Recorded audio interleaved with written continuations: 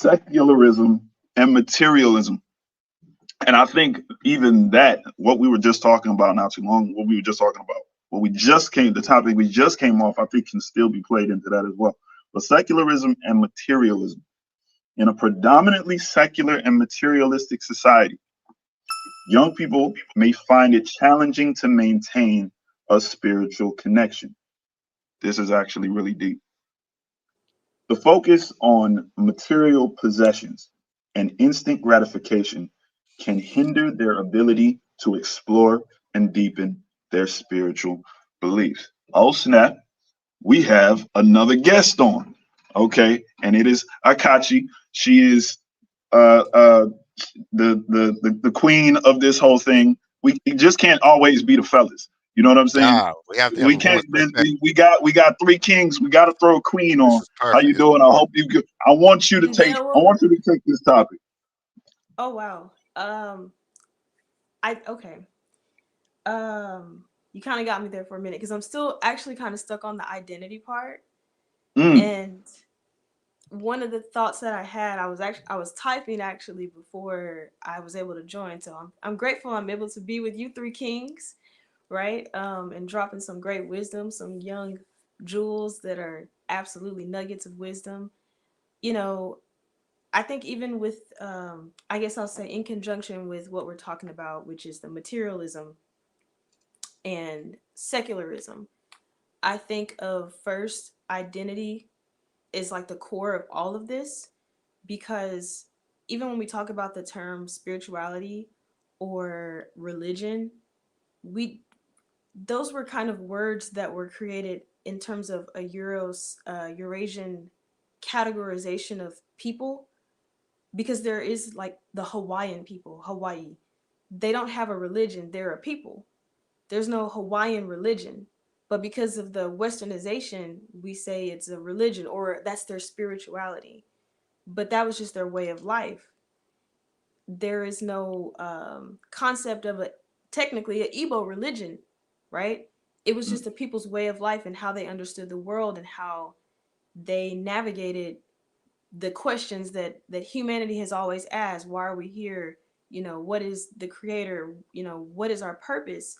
And so I think coming back around to materialism and secularism, I think that the culture is basically confronting this Western idea of value being outside of self and possessions, whereas indigenous people, which is this is like traditional to most people around the world, pre-colonization, pre-Arabization, pre-Eurasian colonization, they didn't see their highest possessions being outside of themselves or even tangible.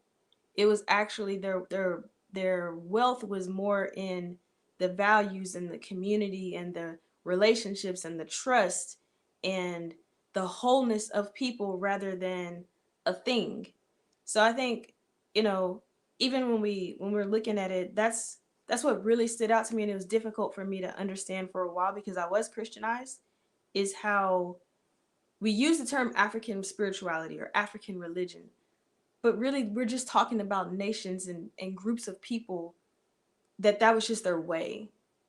And so I think what we're confronting with the secularism is someone else's way, and how does that impact us?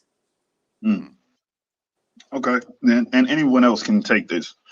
So that was good. That was a really good point. Now let's just say in today's society, not just here in the States, but also back in the continent,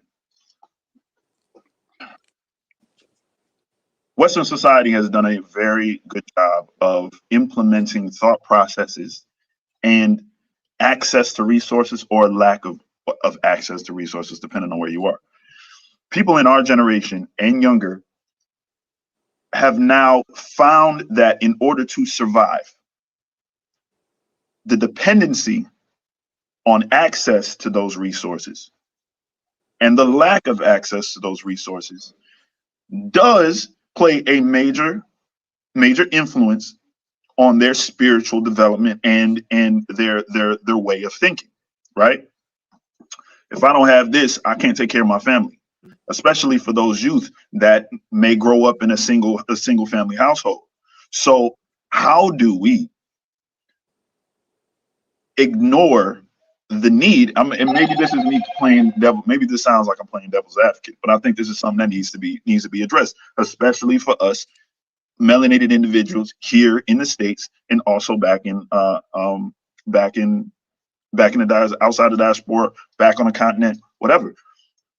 What are we to do when it comes down to regaining a sense of spiritual identity, spiritual awakening, and also spiritual, let's just say, spiritual materialism, without ignoring the need for those materials or those resources in order for surviving in the 21st century? My take on this would be, well, I think that starts with leadership. Well, spiritual journey is really an individual, and of course, it's like a type thing. But what I mean by that is, like, let's just say there is certain countries that are less fortunate than other countries. They're more than likely they're not gonna be happy, and for the soul, that's kind of damaging. So I feel like if people have the necessities that they need, then they can focus more and be more happy, be more jolly. It's like, it makes sense. You're gonna be more productive and stuff like that. So I feel like it starts with that. That's a good point. I think you're right. In essence, when you look at a lot of societies and traditions, I know in I think it's I don't want to get this wrong, but I think it's in Chinese culture. They preach less is more. I think it's Taoism. I think I'm not sure, but somebody correct me if I'm wrong. But less is more is kind of is very profound. Profound, because if you think about it, the less material objects that you have, the less problems you have. Now, if you look at the latter of that, the more money you have, the more problems you have. So less really is more because you don't have to worry. And when you don't have to worry, you can save time, energy, less stress on things that do matter to you. You're not worrying about, oh, am I paying for these three, car notes and the insurance that goes with it, so and so. Nope. You got your hoopty that you are paying insurance for, and take you it's gonna take you miles and miles and miles without having to worry about a car note. So in that sense, yeah, I can see what you're saying. You know what you made me think of is how like there's this documentary. Like I'm a bit of a minimalist at heart. And I thought it was odd, but it's actually very indigenous like to who we are as a people.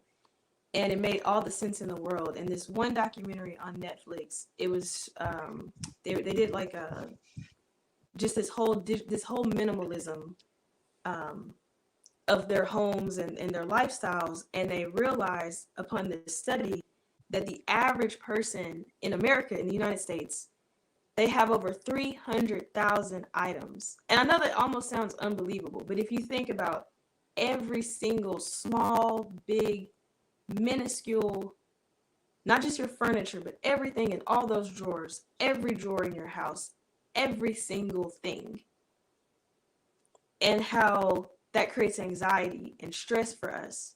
And like what you were talking about, the more money, the more problems. And I think about like from the economic standpoint, how culture, which is really what it was, like whether you were Fijian, Igbo, Yoruba, whatever part of the world you were, it was your culture that organized your economy. And now we're under this society, like you said, where you have to quote unquote pay to eat, to live.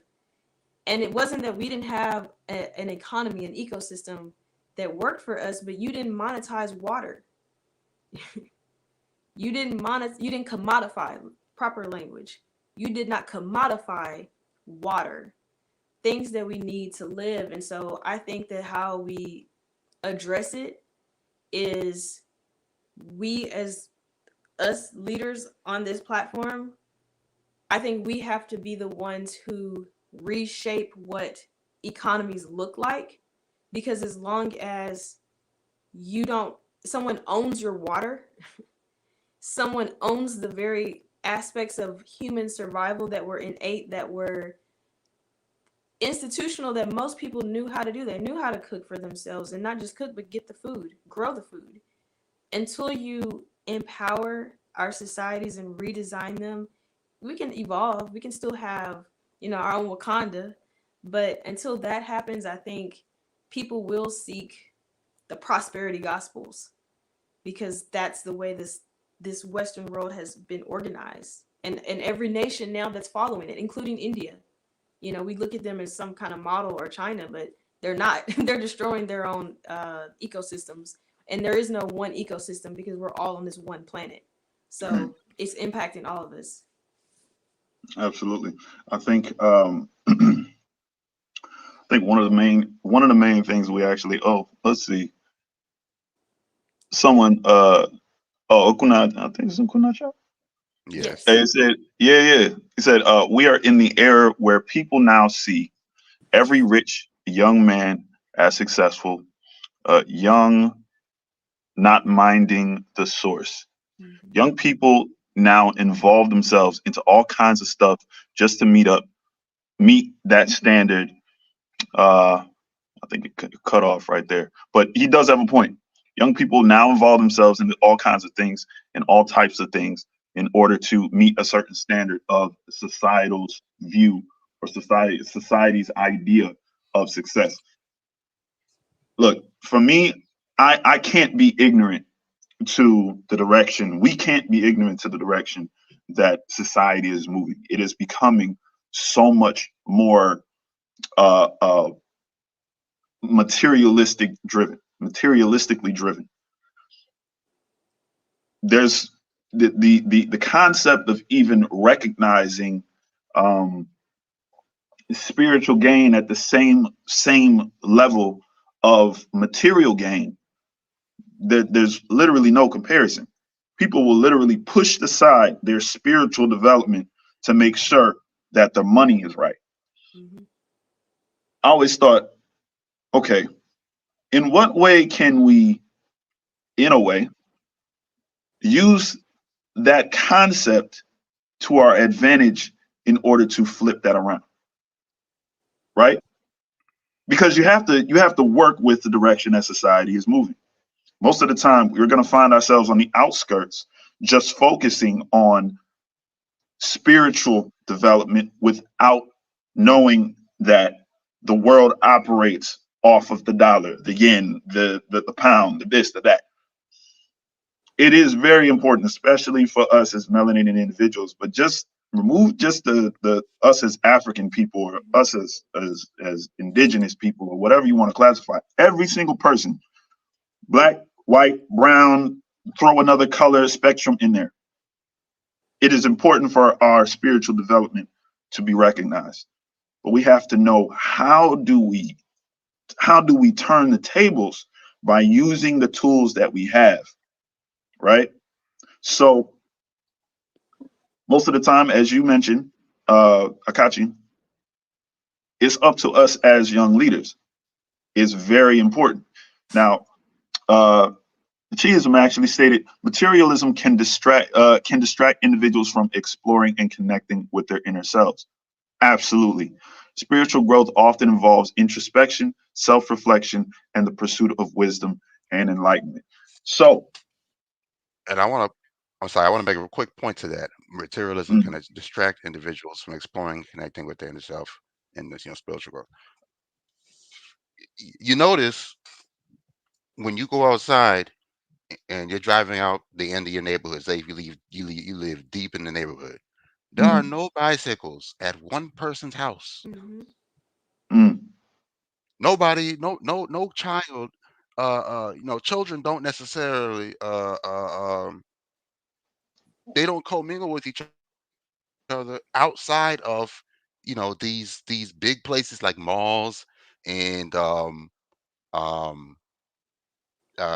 just places where they are always surrounded with by technology, and mm, and this is always with Yeah, them. I was like, This is phone, this? this thing never leaves them. Yeah. So there is no way for spiritual growth or and for them to be around nature, because for you to grow spiritually, you have to be outside. mm, Hmm. That is what gave birth to you, Mother Earth. And going out to a park for 20 minutes can do a lot for your spiritual health, just by hearing what's around you. Because people who live I'm not going to take too long, 'cause I know you had a point to get to. People who live in these big suburban areas like New York, it's like a concrete jungle. That's literally what they say. It's a concrete jungle. There is nothing but concrete around you, skyscrapers, and the whole nine. You walk by not seeing a patch of grass, and you wonder why people are so frustrated and cussing each other out on the street all the time. That's mm, the reason why. It's because they're not surrounded by what gave birth to them.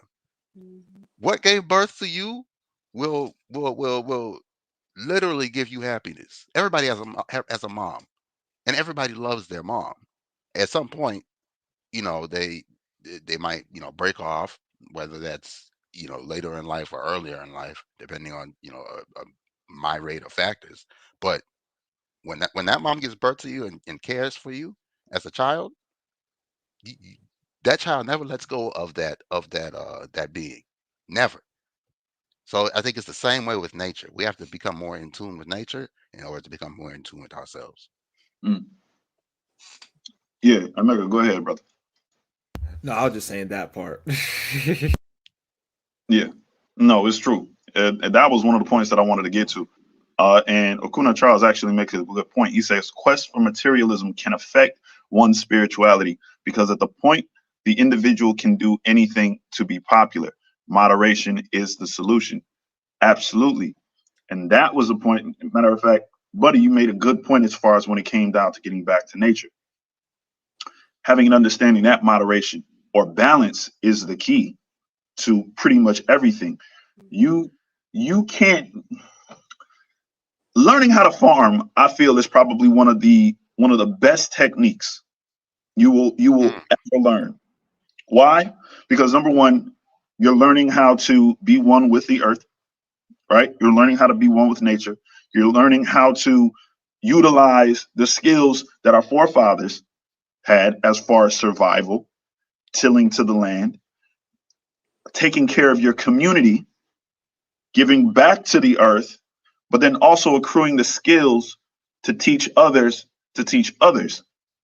And if we're going to utilize that skill as something that could potentially put some money in your pocket, that's another skill that can be taught. That is one of the skills that is essential, or just one skill that is essential to balance.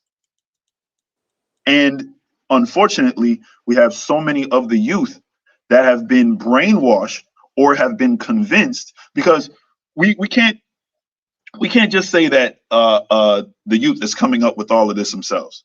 They're following a trend that is being pushed upon them to move more away from nature and from spirituality, right? Spiritual identification, you're absolutely right, comes from recognizing where you come from. So if you just go outside 15, 20 minutes, just stand there, ground yourself, put your feet in the dirt, there's going to be more of a connection with the earth and more of a connection with where you came from than staying on your cell phone, sitting on the couch, and just scrolling on IG. Hmm. Funny thing is, you can get a lot of information on even what I just described. I've seen people teaching and telling people go outside, put your feet in the dirt, ground yourself on Instagram. Now, the question is, how many people are going to do that? The information is there, but most of us are so convinced that everything else that will allow us to get more, a bigger couch, a better phone to access that information. You see where I'm going with this? So we have access to that information. We just have to find better ways of showing people that there is balance and then acting upon that, right?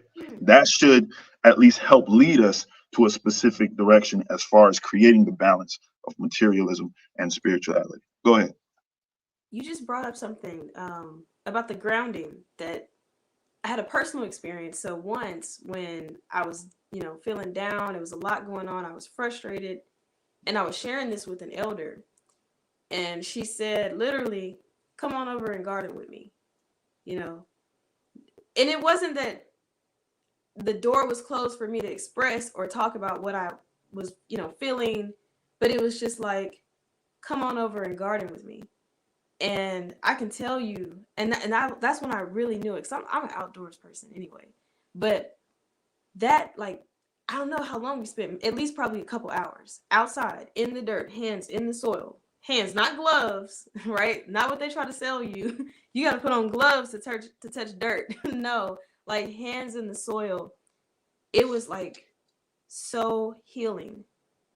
And if in a sense, and I wouldn't even say distracting, but kind of reminded me or recentered me, perhaps on a subconscious level, to what was important rather than what was ruminating in my mind and in my spirit at the time before I was in the garden. And so I know the earth can be healing to us. And I really like the point about people are going with the trend, but how do we make people, I don't want to use the word make because I'm pretty free spirited, but how do you influence people to go with a trend? And I think it's cliche as it is, but it's something that always stuck with me. I actually learned this at a church revival camp for the youth. But show them a clean glass of water, and show them the dirty glass. Let them know that it's polluted. And I think when people have the choice, they will naturally choose the clean water. And I think that's what we have to do in terms of showing them that the trend, the phone, is distracting you from like connection. And I think that's part of the materialism. The material, like we're so disconnected. Like even though I'm grateful we're connected right now through technology, which is a blessing, and we've contributed to that technology. Make note, we help make this possible, our minds. But imagine how we all been together in the same room. That's irreplaceable. Like us vibing off of one another, us feeling and seeing, like, just that's something completely different. And I think that's what people are missing.